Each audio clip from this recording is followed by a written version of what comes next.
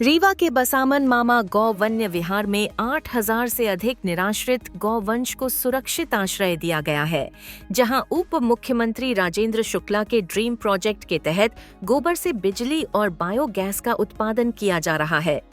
इस अभिनव पहल से न केवल गौ संरक्षण को बढ़ावा मिलेगा, बल्कि रीवा नगर निगम के वाहनों में बायोगैस का उपयोग, स्वच्छ ऊर्जा उत्पादन और ग्रामीण अर्थव्यवस्था को मजबूती भी मिलेगी। गौशाला में सफाई, जल निकासी और सड़क सुधार की जरूरतों पर भी ध्यान दिया जा रहा है, जिससे यह परियोजना अन्य जिलों के लिए भी एक मॉडल बन सके।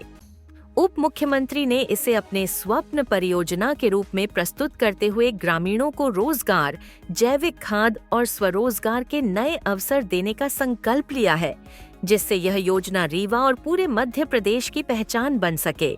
भवन का लोकार्पण भी किया गया है। बसामन मामा गौवंश वन विहार में अब 8,000 के करीब गौवंश हैं, गौ माताएँ हैं। ऐसी गौ माताएँ जो दूध देना बंद कर देती हैं तो छोड़ दिया जाता है। सड़कों में जो मारी फिरती हैं, उनसे उनके जीवन को खतरा हो जाता है और साथ ही खेतों में जाती हैं तो फसल का भी नुकसान होता है, किसान परेशान होते हैं। तो इस समस्या से निपटने के लिए यहाँ पर 2017 में शुरुआत हुई थी, इस कल्पना के साथ कि इस प्रकार की सभी गौ माताओं को, जो हमारे गौवंश हैं, उनको यहाँ पर रखेंगे जब तक उनका जीवन है।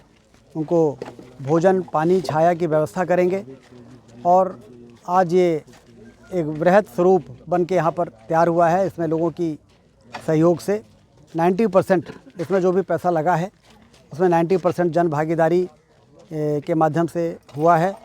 आज जो एडमिनिस्ट्रेटिव बिल्डिंग बनी है उसका भी उद्घाटन किया।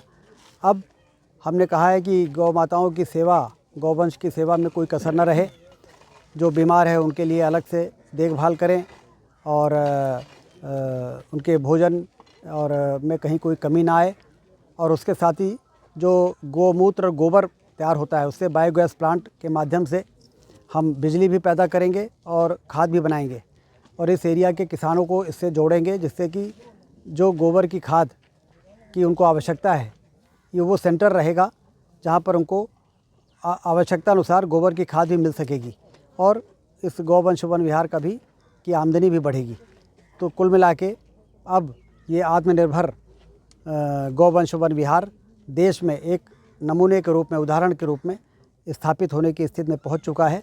इसलिए मैंने यहाँ के सभी कार्यकर्ताओं से यही अपेक्षा की है, जो हमारे सरकारी कर्मचारी और जो सोसाइटी बनी हुई है, जिसमें कलेक्टर से लेके और जनपद के सीओ और एसडीएम सारे लोग इसके कार्यभार को देख रहे हैं कि इस प्रकार से हम गौमूत्र और गोबर के प्रोडक्शन पर भी ध्यान दें, कि हम ऐसे प्रोडक्ट बनाएं और उसकी मार्केटिंग का भी ध्यान दें कि जो आवश्यकता है जिनको, उसके पास हम अपना प्रोडक्ट पहुंचा के यहाँ इसकी आमदनी भी बढ़ाएं।